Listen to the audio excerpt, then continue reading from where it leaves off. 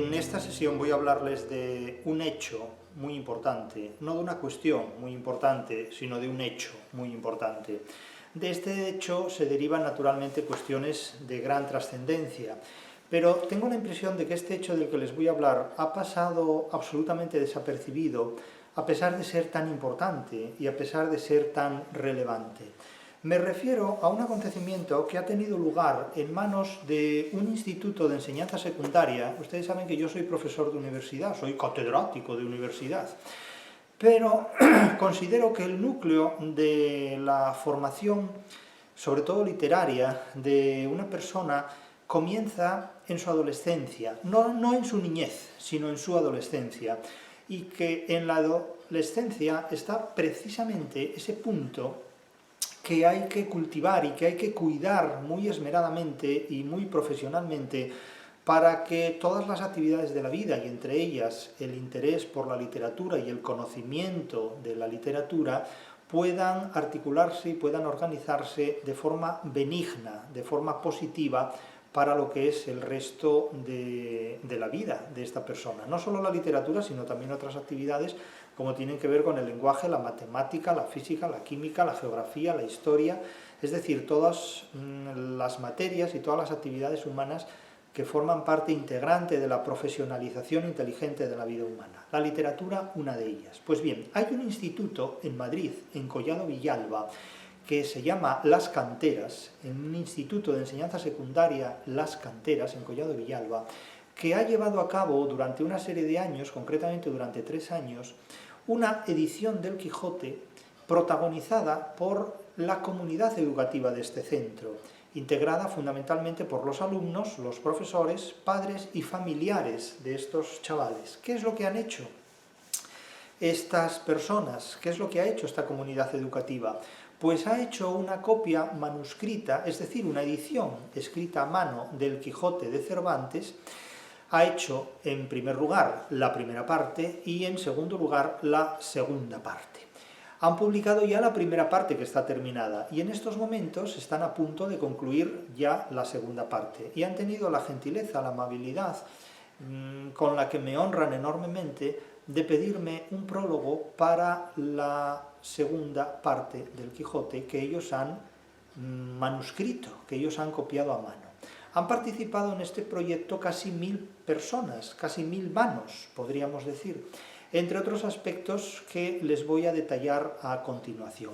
Con permiso del centro, con autorización del centro, les voy a leer el texto que corresponde a un informe que han publicado en vídeo sobre lo que ha sido este proceso.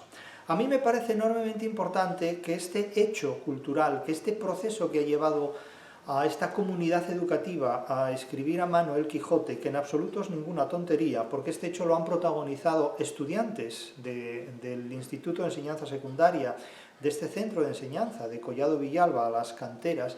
Ellos han sido en este punto los protagonistas, inteligentemente dirigidos por un grupo de profesores que han tenido esta iniciativa y que la han llevado a cabo a lo largo del tiempo. No ha sido una ocurrencia de un día, sino que se trata de un proyecto sostenido en el tiempo y hecho con mucha profesionalidad.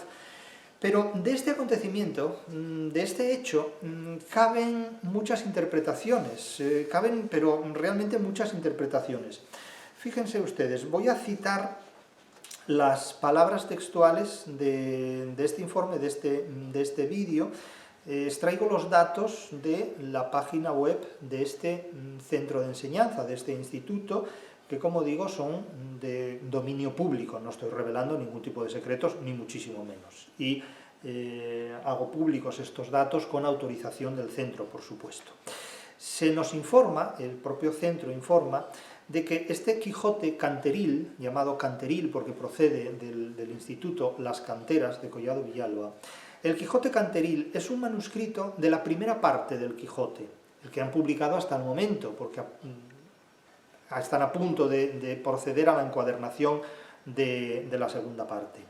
La comunidad educativa del Instituto de Enseñanza Secundaria Las Canteras de Collado Villalba, con la contribución de alumnos, padres, profesores y amigos, lo reescribe a mano a lo largo de 3 años. Estos 3 años son de 2017 a 2020, es decir, antes de la pandemia, Con posterioridad han elaborado la segunda parte. La segunda parte es más larga, la primera tiene 52 capítulos, la segunda tiene 74. Para la copia se usó un volumen de la edición del cuarto centenario de la Real Academia Española. El resultado de la primera parte, que es al que aquí me refiero, tiene 1242 páginas y han participado en su elaboración, como dice este informe que leo, 942 personas, es decir, 942 copistas y 54 ilustradores, porque se trata también de una edición no solo manuscrita, sino también ilustrada a mano, por supuesto. Cada 4 pliegos formaba un cuaderno de 16 páginas, es decir, cada 4 pliegos, y eso que cada pliego tenía 4 carillas. A mí de hecho me remitieron un pliego de 4 carillas para escribir el prólogo y me atuve a la extensión estipulada. En breve publicaremos con autorización de los editores lo que ha sido el prólogo, por mi parte, a esta segunda edición. Es un prólogo muy relevante, es un prólogo muy sugerente. Pero subrayo, cada 4 pliegos formaban un cuaderno de 16 páginas. Así es como se articula este Quijote. Las copias se ilustraban por artistas de la comunidad educativa, es decir, por miembros del centro. El entonces director de la Real Academia prologó a mano el manuscrito de la primera parte. Los copistas se equivocaban a veces, declara el informe, elaborado por ellos mismos. Después de la escritura, se revisaba cada cuaderno, se comparaba con el original y se iba elaborando una fe de erratas, de manera que la edición es totalmente solvente. Y además natural, no se ocultan las erratas de transcripción, de copia que pueda haber. De este modo, se garantizaba que el lector no perdiera ni una palabra del texto original. El manuscrito contiene una interesante parte de traducciones a otros idiomas del comienzo del primer capítulo, por ejemplo, hebreo, griego, latín, árabe, vascuence y principales lenguas romances y germánicas. Es decir, es una demostración de plurilingüismo. Todos los copistas e ilustradores han registrado sus nombres en esta edición. Aparecen en unas tablas al final del manuscrito. Una vez acabado el manuscrito, se desplegaron todos los cuadernos para llevarlos a digitalizar e imprimir. Y salió un volumen muy grueso, declara con franca inocencia el informe. Un artesano hace la encuadernación en piel española, no en piel alemana ni en piel anglosajona, en piel española. Por fin teníamos el volumen original, declara el informe. Se custodia en el Instituto de Enseñanza Secundaria Las Canteras, en Collado Villalba, en Madrid. Ejemplares facsímiles se cedieron al Instituto Cervantes, a la Real Academia y a la Biblioteca Nacional de España.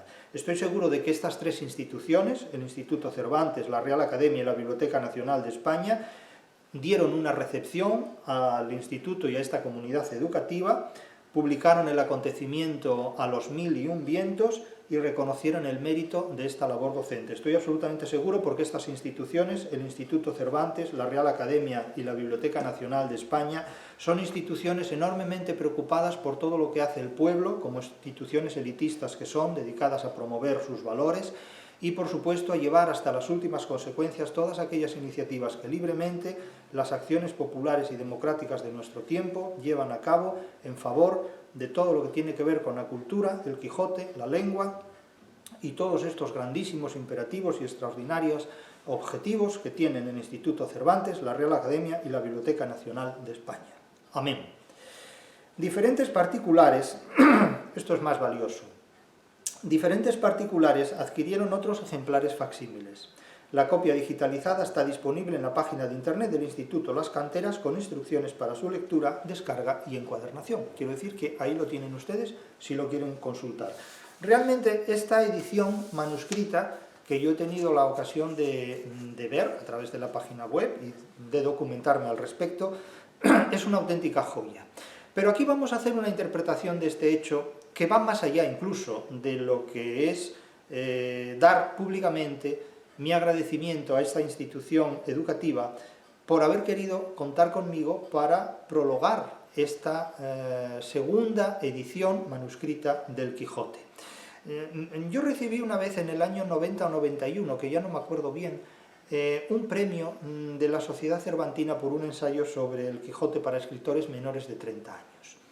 Ese fue uno de los premios que más satisfacción me causó, porque fue un premio dado sin que se le esperara. Es decir, los premios son una prolongación de la política, pero a mí entonces no me conocía nadie, tampoco me conocen absolutamente ahora. Conocen a un personaje que habla en vídeos, pero ya he dicho muchas veces que yo no soy un youtuber y usted no sabe nada sobre mí. Pero eso es muy evidente. Esto aquí lo hemos dicho en el búho. Por cierto, que ahora ha salido el fracaso de la felicidad, que es como si se hablara del fracaso de la libertad, pero para evitar determinadas palabras comprometidas ponemos otras y así decimos lo mismo, pero queriendo decir más, ¿no? El fracaso de la felicidad, que es el fracaso de la libertad. Aquí lo tienen también ya disponible en Amazon. Pero bien, al margen de estas cuestiones y de los premios que se dan y que se reciben, yo recibí aquel premio en el año 90 o 91 por la Sociedad Cervantina de Madrid. Y fue para mí muy satisfactorio, en primer lugar porque no contaba con ningún premio. Pero de todos los galardones que he recibido, de todos los méritos que a lo largo de mi trayectoria académica he recibido, que por supuesto han sido poquísimos, por supuesto, creo que uno de los más valiosos ha sido el que me ha proporcionado este Instituto de Enseñanza Secundaria Las Canteras, porque querer contar conmigo para prologar una edición manuscrita del Quijote elaborada por esta comunidad educativa es realmente uno de los mejores premios, galardones y reconocimientos que nadie pueda conceder. Quiero decir, ese reconocimiento es más que un Nobel de literatura. Y dirán ustedes, bueno, ¿con poco se conforma usted? No me conformo con poco. Es que realmente la invitación que esta gente me ha hecho, aparte de la salud que uno pueda tener, que es lo más importante de este mundo, es más importante que si te tocará la lotería. Pero ustedes saben lo importante que es que un grupo de personas del pueblo, un grupo de gente común y corriente, de gente normal, que es la más valiosa de todas las gentes posibles, que no forman parte de las élites, le reconozcan a uno capacidad para que ponga el prólogo de lo que durante años discretamente, sigilosamente han hecho con Cervantes y el Quijote, eso es lo más valioso que puede ocurrir en el mundo mundial, sinceramente. Es mucho más valioso que cualquier premio nacional o internacional sobre el apellido que le quieran poner a ese premio. Por lo tanto, desde aquí vaya mi más sincero agradecimiento a esta institución educativa y los mejores deseos de aprendizaje de todo lo que tenga que ver con los estudios literarios. Entonces, si tenemos que interpretar estos hechos en relación con el Quijote, claro, ustedes saben que mi interpretación del Quijote se contiene en un volumen que se titula Anatomía del Quijote. Este también lo tienen en Amazon. Ahí tienen lo que es la síntesis de mi pensamiento sobre la obra mayor de Cervantes, la Anatomía del Quijote, que es cierto que he contribuido a popularizar y a difundir muy ampliamente a través de medios internauticos. Yo he bajado al terreno de juego, sin dejar de ser lo que soy, catedrático de universidad en teoría de la literatura y literatura comparada y como lo quieran llamar, pero todo eso puede estar muy bien, pero no sirve de nada si los conocimientos de los que disponemos no los ponemos a disposición plena de las personas comunes y corrientes. No hablamos de literatura solo para las élites, que pueden prestarnos o no atención. Hablamos de literatura sobre todo para aquellas personas que, formando parte de cualquier tipo de estamento y de cualquier procedencia social, económica o ideológica, quieran tener un interés por la literatura para mejorar sus condiciones de vida y sus posibilidades de relación con el mundo que les toca vivir, es decir, con la realidad. Para esa gente hablamos, para los que tengan un interés en el conocimiento inteligente, científico, intelectual de la literatura, al margen de la ideología que cada persona tenga, al margen de la lengua que hable, de la procedencia cultural que tenga o de las buenas o malas intenciones de las que vaya a hacer uso en los conocimientos de que dispone. Es decir, yo también hablo para Judas, no soy consciente de esto, es decir, sé que Judas también me escucha y que también dialoga conmigo, no hay ningún inconveniente. Es decir, incluso con el diablo se puede mantener una relación de amistad como la que se mantiene con un traidor, eso no hay ningún inconveniente, lo sabemos, no pasa nada. Pero Permítame que al hilo de las declaraciones que aquí se hacen en ese informe emitido como consecuencia de la publicación del primer manuscrito, y ahora se va a hacer público el segundo manuscrito, este proyecto cultural y educativo es extraordinario porque se sale de lo ordinario, por eso está fuera de lo común, es extracomún, es extraordinario, está fuera del orden habitual. ¿Cuántos institutos de enseñanza media en España han llevado a cabo trabajos o iniciativas de este tipo? Yo no conozco ninguno, no digo que no los haya, cuidado, pero yo no los conozco a este. Y creo que por esta labor que han hecho merecen todos mis respetos. Creo que esta gente ha hecho algo mucho más importante de lo que inicialmente creé. Por lo tanto, ha protagonizado y ha dado lugar, ha hecho un parto cultural y bibliográfico de primera categoría. En primer lugar, porque escribir un libro implica leerlo 2 veces. Hay que leerlo primero y escribirlo después. Escribir implica leer 2 veces y es una técnica formativa enormemente útil. Por otro lado, aquí se ha llevado a cabo una escritura manuscrita. Con frecuencia se suele decir que hoy día los adolescentes ya pierden capacidades de movimiento para grafiar con la mano determinados signos, es decir, para escribir, que encuentran limitaciones para escribir. Hay adolescentes que escriben mejor que adultos, y si no, traten ustedes de escribir a mano un capítulo del Quijote o cualquier otro párrafo y a ver cómo se defienden con la escritura, porque aquí los adultos hablan como si el mundo fuera de ellos, y mucho cuidado, porque se ponen ustedes a escribir una página entera, un capítulo entero del Quijote, o una página del Quijote, y a ver cómo les salen esas grafías, porque a lo mejor cometen ustedes escribiendo a mano más errores de los que pueden cometer escribiendo en el teclado de un ordenador. Hagan la prueba si tienen ánimo. Entonces, claro, hay una lectura manuscrita, además de una lectura atenta y paciente. Por otro lado, es un trabajo en comunidad. No es la iniciativa de un solo individuo, sino que es la capacidad organizativa de un grupo educativo, pedagógico, en el mejor sentido de esta palabra, para orquestar durante un largo tiempo, en 3 años duró la primera edición y algunos más intuyo que tuvo que durar la segunda porque es más larga, y por otro lado se implicó no solo la grafía del texto, sino también una labor de ilustración, porque se trata de una edición ilustrada, es decir, que dentro de la historia, de la iconografía del Quijote, este libro ha de ocupar el capítulo que le corresponde desde el punto de vista de las ilustraciones que sobre el Quijote se hicieron a mano, y que las hicieron básicamente adolescentes. Por lo tanto, mucho cuidado aquí con despreciar a la generación Z, a los milenaristas, a los adolescentes, a los más jóvenes, porque los más jóvenes son el resultado de lo que los adultos han hecho con ellos.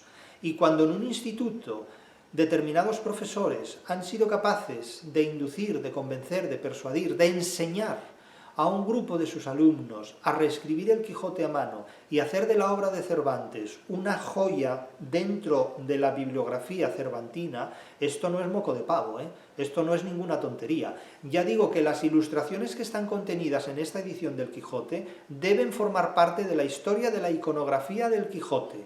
Así que yo no sé si en la Real Academia Española, en la Biblioteca Nacional y en el Instituto Cervantes han sido conscientes de esto o no. Supongo que sí, y supongo que habrán hecho una exposición iconográfica del Quijote elaborado por estos adolescentes, porque claro, a veces se contratan grandes obras faraónicas a grandes artistas que hacen unos dibujos que, en fin, ya me dirán ustedes, y sin embargo resulta que aquí unos niños, unos cativos, como se diría en Galicia, unos guajes, como se diría en Asturias, han hecho una edición manuscrita del Quijote con una serie de iconografías, con una serie de dibujos ilustrando diferentes capítulos del Quijote, que véanlos ustedes, y luego dedíquense a mirar la pintura de Vasily Kandinsky, y ya le encargarían ustedes a Vasily Kandinsky una ilustración del Quijote. Digan lo que quieran, pero yo me quedo con las ilustraciones que han hecho estos chavalitos de este instituto. Por otro lado, claro, si nos atenemos a lo que dice este informe, que yo he comprobado, porque he visto el libro en esas ilustraciones, se trata de una labor de artesanía en cuanto a la composición del libro. No se trata de una multicopista simplemente, se trata de que se ha construido, se ha escrito el libro técnicamente, se han impreso unos cuadernillos a través de una serie de pliegos y el resultado es un mamotreto inmenso que vale la pena ver. Y vale la pena también consultar, porque realmente es una delicia. La lectura de esos fragmentos y de esas secuencias es una delicia. Se ha concluido durante un largo periodo de tiempo, sostenido a través de los meses y de los años, una obra que no se puede ignorar. La podrán ignorar ustedes si quieren, pero no se puede ignorar. Yo supongo que la Real Academia de la Lengua Española, la Biblioteca Nacional y el Instituto Cervantes tendrán esta edición en una peana de oro, realmente, o la tendrán en una vitrina absolutamente más iluminada que las luces de Navidad que iluminan la muy noble, próspera y leal ciudad de Vigo en Navidades, porque verdaderamente una obra de esta naturaleza, como les digo, no se hace todos los días, ni todos los países son capaces de hacerla. Es una obra en comunidad y de un gran valor. Pero es que por otro lado, el hecho de mantener a un grupo de chavales alejados de malos hábitos y atentos en la escritura a mano de una obra como El Quijote, les ha inducido naturalmente a familiarizarse de manera muy natural con esa obra y con esa lectura y a comprenderla mejor, porque aquellos pasajes que han escrito a mano indudablemente han tenido que comprenderlos mucho mejor que si no lo hubieran hecho. Por lo tanto, es un homenaje filológico no solo a esa obra literaria y a su autor, sino también a los contenidos de un libro que 2 veces leído se comprende mejor que totalmente ignorado. Aquí no hablamos del Cervantes cinematográfico de tal o cual más o menos famoso director de cine. Aquí no hablamos de los prejuicios que los adultos tienen sobre las orientaciones sexuales o de cualquier otro tipo de Cervantes. Aquí hablamos del Quijote y de la obra mayor de Cervantes. Aquí Cervantes es conocido por ser lo que realmente fue, el autor de la obra capital más importante de la literatura universal, que es El Quijote, la obra en la que está escrito en español el genoma de la literatura universal. Pues a esta labor manuscrita dedicaron muchas horas de su actividad educativa y docente alumnos, profesores, padres, familiares y también amigos de este centro de enseñanza. No fue una labor mecánica, y no fue mecánica porque no se copió sin más, sin verificación alguna. Los profesores y los adultos tomaron a su cargo la revisión de las posibles erratas en las que hubieran podido incurrir estos copistas, estos jóvenes y adolescentes copistas, en un ejercicio completamente voluntario, porque esto no se hizo para residir esa noche con un dios en el paraíso, ni para resucitar al tercer día. Eso se hizo por puro amor al arte, en el sentido más llano de la expresión, por puro interés filológico y por cultivar en la gente más joven unos buenos hábitos que permitan relacionar a la persona desde su más temprana edad con la literatura. Esto no es infantilismo literario, esto no es neotenia literaria, esto es inducir al ser humano una profesionalidad con los materiales literarios del más alto nivel, con el Quijote. Esto no es jugar con las piezas del Principito, esto es enfrentarse directamente al Quijote. Hay que tener muy buenos profesores para que esto ocurra. Yo tuve un gran profesor en la enseñanza media, ustedes lo saben si me han oído con frecuencia, que fue Emilio Nieto Costas, la persona que me indujo a leer el Quijote a mí y a otros compañeros míos en el entonces segundo de bachillerato que cursábamos con 14 años de edad. A los 14 años de edad yo leí la primera y la segunda parte del Quijote, junto con otras obras literarias, no solo el Quijote, pero el Quijote estaba entre ellas, y nos examinaron muy duramente y muy enérgicamente de esta novela y tuvimos que dar cuenta de ella. Por lo tanto, eso de decir que los chavales, los adolescentes no saben lo que leen cuando leen el Quijote, eso es mentira completa.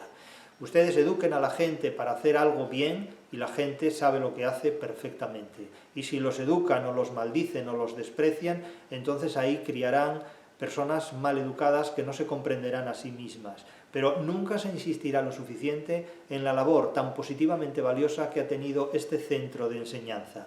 La literatura, como la música, también sabe, no diré domar a las fieras, sino simplemente educar a las personas. Las personas no son fieras, ni mucho menos, aunque lo parezcan. Pero sigamos destacando aspectos que destila este informe. Claro, este proyecto no es un idealismo, es una realidad. Aquí no se ha planteado un brindis al sol, sino que se ha hecho físicamente con pliegos, cuadernos, ilustraciones, una encuadernación en piel española que ha sido un detalle, con peso, grosor, es decir, que cuando alguien dice que la literatura es un bien inmaterial o que es un idealismo, es que nunca se ha relacionado con la literatura. La literatura tiene un soporte en libros. Este soporte puede estar digitalizado o puede ser incluso un soporte oral. La literatura oral es la literatura más ligera desde el punto de vista físico porque se reduce al sentido del oído y al aparato fonador. Es la llamada literatura oral, pero la literatura oral puede objetivarse en papiros, en tablas de cera, en tablas de bronce, en litografías, en piedra, también en pergaminos y por supuesto en códices y más adelante ya en papel, en soportes informáticos y hoy día, bueno, pues en todo tipo de plataformas digitales. Pero también se puede reelaborar como un juego muy serio, dicho sea de paso, dando lugar a una obra de esta naturaleza en pleno siglo XXI, en pleno siglo XXI. Esto no es involución, esto es una demostración de ejercicio gráfico, de ejercicio ilustrado. Ya les digo que este libro ocupa un capítulo fundamental en la historia de la iconografía del Quijote. Los especialistas en iconografía del Quijote tienen una cita en Collado Villalba con este instituto. Y todo este conjunto de técnicas es enormemente importante. Pero aquí hay algo más, hay un punto más, que es la importancia institucional de este proyecto. La importancia institucional de este proyecto se manifiesta no tanto porque este instituto, con toda la modestia de sus recursos, haya regalado un ejemplar a la Real Academia Española, al Instituto Cervantes y a la Biblioteca Nacional, que como digo estoy absolutamente convencido de que habrán hecho a este instituto un homenaje, diferentes exposiciones con las que se ha recorrido España mostrando a otros institutos la labor de este centro de enseñanza. Estoy seguro de que tendrán su edición, insisto, en un pedestal, en una vitrina que se podrá consultar y ver nada más entrar en la Biblioteca Nacional, nada más entrar en la Real Academia de la Lengua Española, nada más entrar en la sede del Instituto Cervantes. Estoy absolutamente seguro de que se ha informado a todas las delegaciones, a todas las bibliotecas de este proyecto, y estoy absolutamente seguro de que yo, que no leo la prensa y no me enteré seguramente, se habrá informado de este proyecto a todos los medios de comunicación y periódicos que diariamente nos hablan de lo mal que va el mundo. Estoy seguro, pero yo como no leo la prensa y no me entero, pues seguramente no lo vi, pero estoy seguro de que esto, de lo que yo les hablo aquí, ustedes ya lo conocen por la prensa y que ya lo saben desde hace años, lo que pasa es que yo me enteré hoy. Pero, al margen de todo esto, estoy absolutamente convencido de que el interés que tiene este proyecto es patrimonial y que debe, por supuesto, conocerse. Estoy seguro de que en todas las universidades españolas, en los departamentos de lengua y literatura, todo el mundo sabe que este proyecto se ha hecho en el Instituto Las Canteras de Collado Villalba. Por otro lado, sobre la cuestión institucional volveremos al final de este vídeo, pero ahora me parece muy importante subrayar un aspecto que tiene que ver con la universalidad lingüística de esta obra. A veces cuando se habla del Quijote se pulsa la tecla del nacionalismo español. Esto es un error. El Quijote no es una obra nacionalista. Nada de lo que escribió Cervantes puede considerarse como nacionalista. Tampoco la Numancia. El gran problema de la Numancia es que en nuestro tiempo se la suele identificar como una obra nacionalista en pos del nacionalismo español, cuando eso es completamente inconcebible en la época de Cervantes, porque la pluralidad de las naciones se integra dentro de corporaciones estatales. En la época de Cervantes no se habla de naciones, sino para referirse a conjuntos de pueblos. La nación se identifica con un pueblo determinado, y todos estos pueblos se reorganizan entre sí como unidades políticas superiores dentro de lo que es el Estado. Y algunos de estos estados adquieren dimensiones imperiales. Pero no hay el concepto de Estado-nación, que este es un concepto completamente ilustrado y romántico. Esto vino muchísimo después, muchísimo después. Es decir, las naciones de la Edad Moderna no se identifican como naciones en un sentido político, sino que se identifican como estados en un sentido político. Y los estados se componen de diferentes naciones que están compuestas, a su vez, por una serie de pueblos, es decir, las sociedades que se identifican con el pueblo de tales características y costumbres, y las sociedades que se identifican con tal otro pueblo con tales características y costumbres. Y todos conviven dentro de un mismo organigrama político identificado como Estado. Pero con la llegada de la Ilustración y del Romanticismo, la nación trató de reemplazar la figura del Estado y de comerse al Estado, de tal manera que entonces se habla del Estado-nación. Como en términos griegos se hablaba de la ciudad-Estado, ahora se habla de la nación-Estado, de tal manera que el Estado y la nación tienden a ser lo mismo cuando a veces no es posible que lo sean, y cuando no es posible que lo sean surgen conflictos, que son los que hemos heredado desde la Ilustración y desde el Romanticismo, desde el nuevo régimen. El antiguo régimen tenía otros conflictos, pero no estos. Entonces es un error identificar al Quijote como un signo del nacionalismo español, porque eso no funciona. Y cuando se va por ese camino, se va por un camino equivocado. No es así lo que tiene Cervantes en la cabeza, no es así la mentalidad del siglo de oro. Esa es una mentalidad ilustrada, muy posterior al siglo de oro. Lo que sí se plantea en esta edición escrita a mano, y han hecho bien en hacerlo, es una traducción de, sobre todo el comienzo del primer capítulo, a diferentes lenguas. Y se ha dicho ya diferentes lenguas, como es el hebreo, lo dicen aquí, el hebreo, el griego, el latín, el árabe, el vascuence, principales, y otras lenguas románicas y germánicas. Claro, la presencia del árabe es absolutamente fundamental, entre otras cosas, porque, como el propio Cervantes sugiere, delegando en uno de sus varios narradores, el Quijote originariamente está escrito en árabe. Hay un manuscrito árabe cuyo autor es un personaje de ficción, Cide Hamete Benengeli, que aparece ocasionalmente en el Quijote, simplemente como autor citado de un manuscrito en árabe, al que no se accede directamente, pero que sí ha sido traducido por un morisco aljamiado en Toledo, al que el narrador que edita el texto le entrega, porque lo ha encontrado casualmente en un mercadillo en Toledo, insisto, en un mercadillo, lo compra a precio de saldo, y ese morisco aljamiado, que tiene conocimientos de árabe, traduce el manuscrito original del Quijote escrito en árabe al castellano, al español, en definitiva. Llamado castellano entonces, y hoy también en los institutos de enseñanza media, aunque es el español, porque yo no hablo castellano, yo hablo español, no castellano. Pero las normas van por este camino hoy día, por aquello de identificar la nación. Entonces se hablaba de la nación castellana, y de la nación vizcaína, y de la nación galaica, porque se identificaban los grupos de pueblos que, unificados en un estado, unían sus fuerzas. Pero esta es una interpretación que después la Ilustración ha malversado de otro modo, y el romanticismo ha exaltado en otras direcciones.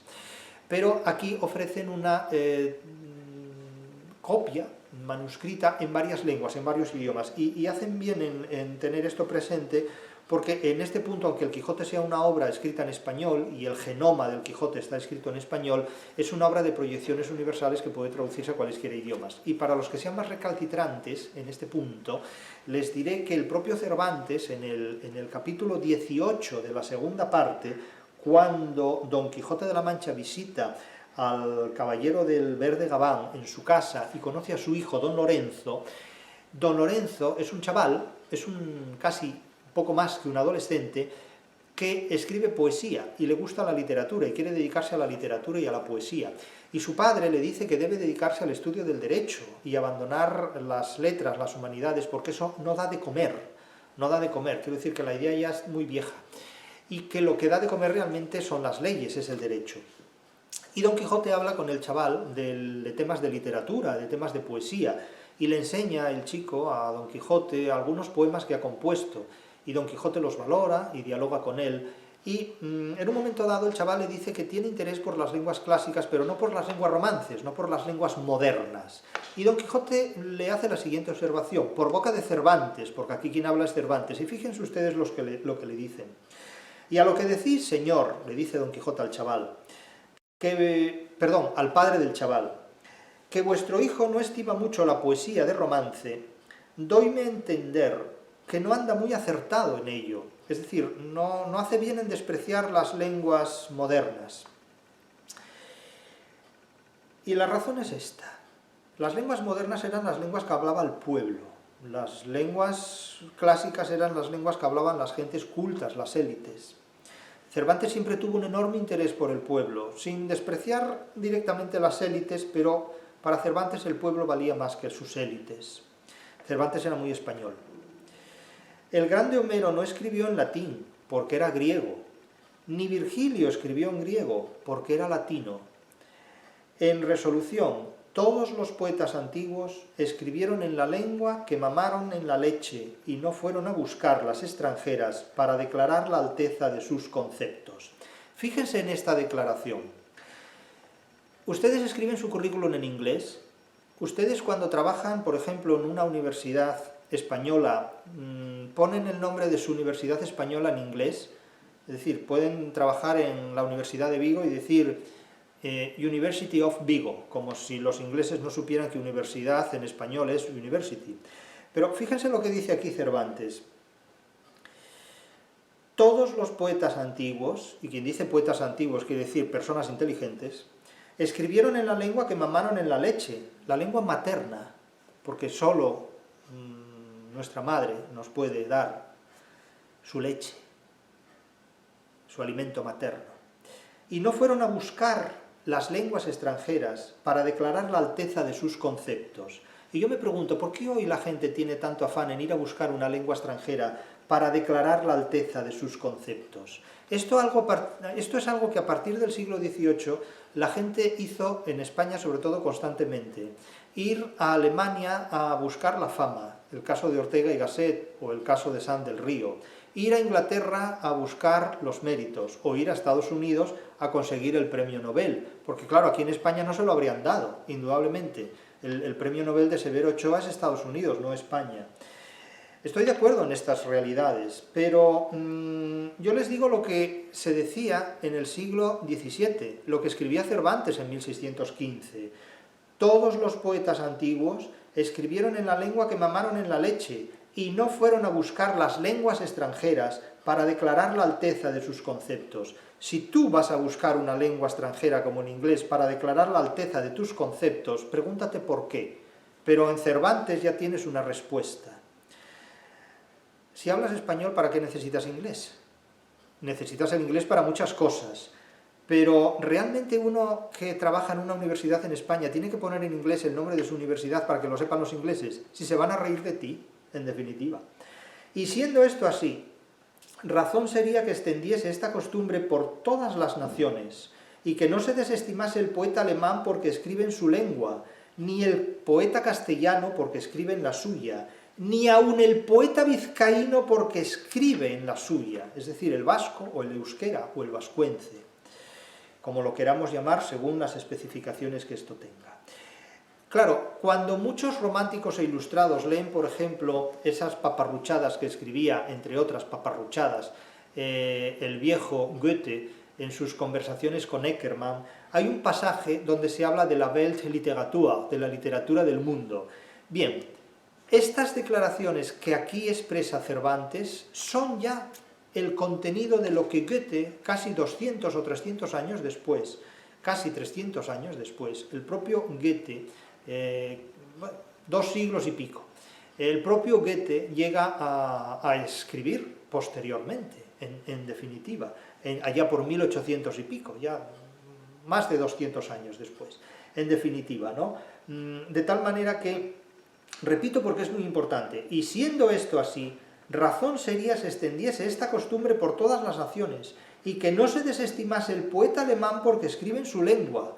No desestimamos a Shakespeare porque escriba en inglés, como algunas personas creen cuando interpretan mis críticas a Shakespeare, sino simplemente porque es menos valioso que Cervantes, nada más. Y porque Inglaterra necesitó construir un mito alternativo a Cervantes para poder colocar en la historia de la literatura universal a alguien capaz de competir con un Cervantes, cosa imposible. Ni se puede desestimar al poeta castellano porque escriba en la suya, ni aun el vizcaíno porque escriba en su lengua vizcaína. Pero vuestro hijo, le dice al caballero del verde gabán sobre su hijo don Lorenzo, a lo que yo, señor, imagino, no debe de estar mal con la poesía de romance, sino con los poetas que son meros romancistas. Es decir, no es que sea antipático o que rechace la poesía en las lenguas romances, sino que rechaza la mala poesía, escrita en lengua romance o en cualquier otra. Lo que ocurre es que la poesía que nos ha llegado en las lenguas clásicas es una poesía ya seleccionada por la historia, y la que nos llega en las lenguas romances no ha sido todavía seleccionada, no ha sido cribada por el juicio de la historia, sino que es una poesía muy actual, demasiado reciente, ¿no? sin saber otras lenguas ni otras ciencias que adornen y despierten y ayuden a su natural impulso. Es decir, que Cervantes, como se pensaba en el siglo de oro, considera que para escribir literatura no solo hay que tener un buen conocimiento de la lengua y de la literatura, sino también de las ciencias que adornen y despierten y ayuden al natural impulso de las lenguas y de la creatividad, de la genialidad. Las ciencias apelan aquí sobre todo al contenido que nutre los materiales literarios. No se puede escribir literatura sobre emociones, hay que escribir la literatura sobre algo que contenga más que las puras emociones. Hay que escribir literatura con sustancia, es decir, con ciencia, con conocimiento de causa y de consecuencia. Si ustedes leen el Quijote desde estos puntos de vista, verán que naturalmente el Quijote es un libro que contiene muchísimas informaciones acerca de cómo interpretar el mundo actual y el mundo presente. Este pasaje del Quijote ya es un alegato en defensa de la libertad lingüística y es un rechazo a la obsesión que algunas personas tienen con el supremacismo lingüístico de su propio idioma. Es decir, vivimos en un mundo plurilingüe, siempre hemos vivido en un mundo plurilingüe. Cada pueblo, cada literatura tiene su propio idioma y tiene sus propias posibilidades expresivas, que unas no son indudablemente enemigas de otras para nada. El Quijote está escrito en español, y en español está escrito ese genoma de la literatura universal que es esta novela magna de Cervantes, que contiene además un montón de reflexiones sobre filosofía y sobre interpretación literaria. Y vuelve a subrayar constantemente en este pasaje nociones muy importantes. Hemos explicado este asunto en varios pasajes, en varios capítulos de este libro, la anatomía del Quijote. Aquí lo tienen perfectamente explicado y también hemos aludido a ello en muchos otros aspectos, en términos más divulgativos, en esta pareja de libros, en el Búho y el Carlino. El Búho, una filosofía para sobrevivir en el siglo XXI, y el que acaba de aparecer, pero ustedes no podrán disponerlo físicamente, lo pueden adquirir en preventa en estos momentos. El fracaso de la felicidad, que es, en cierta manera, el fracaso del conocimiento y el fracaso de la libertad. Aquí hay muchos fracasos, aunque una sola palabra los implica a todos. El Búho y el Carlino, este pobrecito Carlino sometido a un proceso terrible de exigencia de felicidad.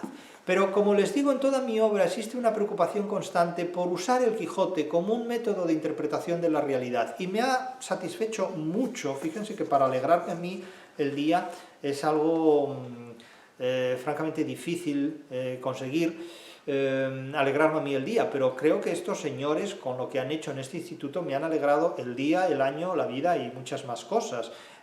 Sin tocar una sola tecla musical, que es lo que más me alegra a mí en la vida en determinados momentos, la música, más que la literatura. La literatura me atrae por el conocimiento, pero la música me seduce. La música tiene un poder de seducción para mí que la literatura no alcanza. La literatura la controlo racionalmente, a la música no.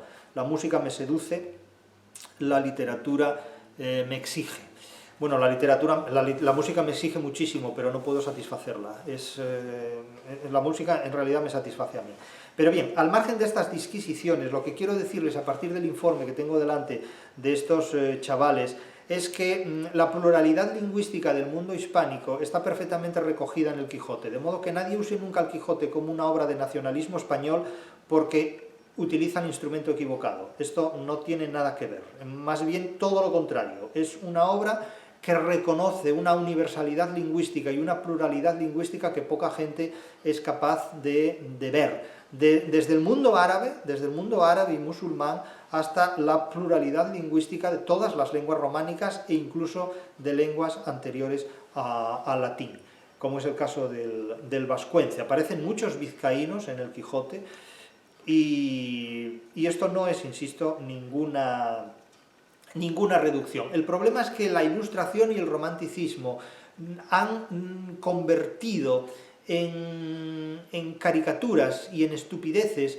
muchas de las formas de vida absolutamente necesarias para sobrevivir en el siglo XXI, que ya se dieron muy bien elaboradas en el siglo XVII, como sobre todo el concepto de libertad. Por eso insisto que en libros aparentemente de formato de autoayuda, como este de La filosofía para sobrevivir en el siglo XXI y El fracaso de la felicidad, se habla de un concepto de libertad que ya los clásicos tenían muy bien aprendido en el siglo XVII. El concepto de libertad que tiene Calderón de la Barca, que parece un autor muy carca, es mucho más abierto y mucho más moderno que el concepto de libertad que hoy día se nos ofrece desde algunas instituciones globalistas. Por ejemplo, el hacer creer, incluso en nombre de la ciencia, que todo está escrito, que todo está predeterminado, cuando el propio Calderón de la Barca, a través de personajes como Segismundo, nos dice que la vida no es un sueño, la vida no es una supresión de la libertad, y que el ser humano puede luchar por su libertad para abrirse camino en la vida. Estas son las lecciones que nos da el Quijote también. De manera que el hecho de poner a toda una comunidad educativa de un centro de enseñanza media a reescribir el Quijote es algo digno de una medalla, es algo digno de un premio educativo nacional e internacional, que nadie les va a dar, entre otras cosas porque lo merecen. Los premios con frecuencia se dan a quienes no lo merecen, salvo algunas excepciones. Pero aquí hay algo importante y con esto ya vamos a concluir. Este es un instituto de educación pública, un centro de enseñanza público. ¿Quién enseña literatura a las élites? Si yo les preguntara a ustedes quiénes enseñan hoy literatura a la gente, podríamos decir, la gente puede ser de dos tipos, los blancos, los negros, los amarillos, los verdes, los azules, los rojos, los violeta, los ultravioleta, los infrarrojos. No hay infravioleta ni ultrarrojos, pero lo de ultrarrojo suena muy fuerte, lo de ultravioleta parece que suena menos fuerte. Pero hay élites y hay pueblo llano. ¿Quién enseña la literatura a los unos y a los otros? Pues creo que nadie, porque creo que estamos ante una etapa de la historia de la educación literaria, en una etapa de la historia de la educación de la literatura, de la instrucción literaria, que toca su fin, porque en una o dos generaciones la literatura será absoluta y definitivamente durante un largo tiempo desterrada de las instituciones educativas. La habrán echado del Estado, por supuesto, es decir, que Platón verá cumplido su sueño de hace casi 25 siglos de expulsar a la literatura del Estado.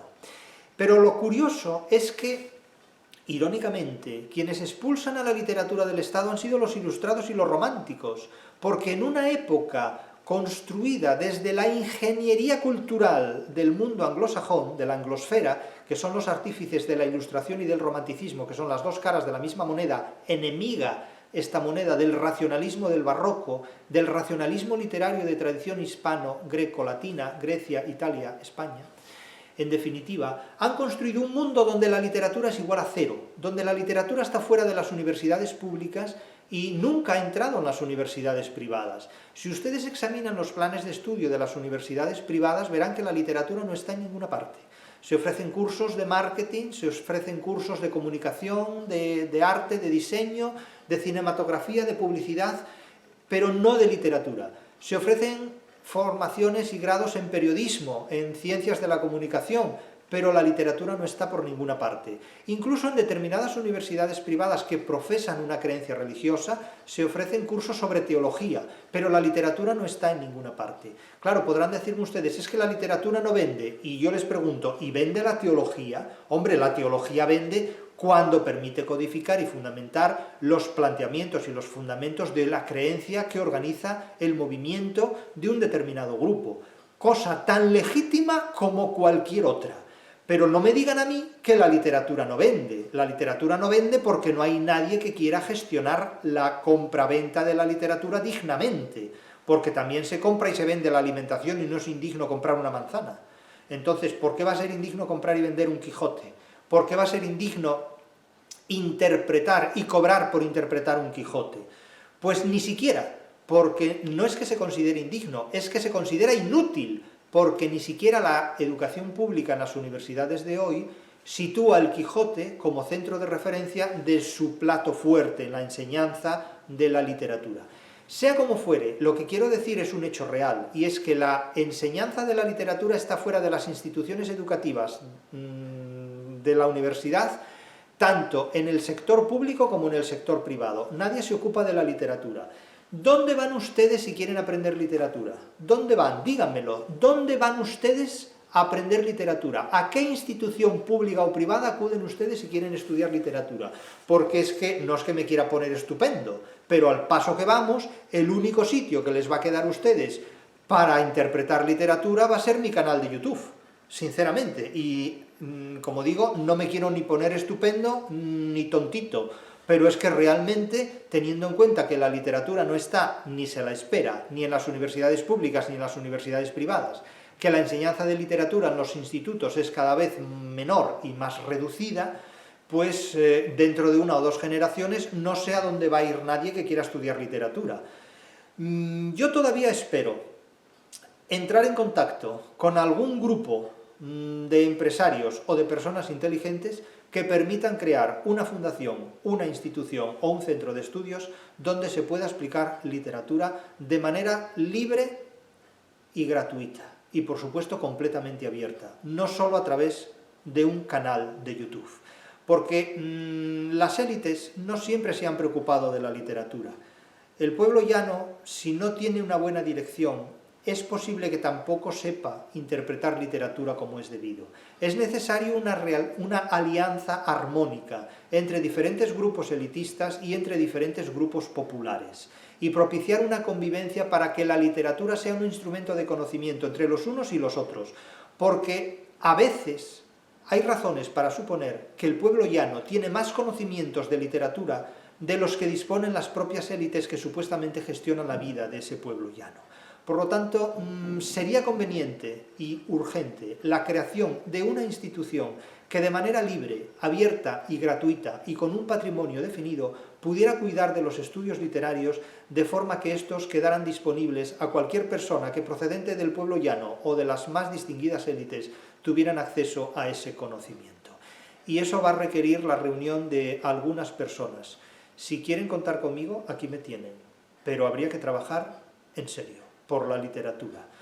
La iniciativa que ha llevado a cabo este instituto es absolutamente encomiable y ojalá no se quede simplemente en un manuscrito más del Quijote, sino que desde luego ya tenga un lugar de cita obligada en la historia de la iconografía cervantina y, por supuesto, en la historia de las ediciones de esta obra capital en la historia de la literatura. Porque, como he dicho muchas veces, todos los españoles, aquellos que no hemos formado parte de las élites ni tenemos necesidad de ello, somos un Cervantes que no ha escrito el Quijote. Solo faltaba.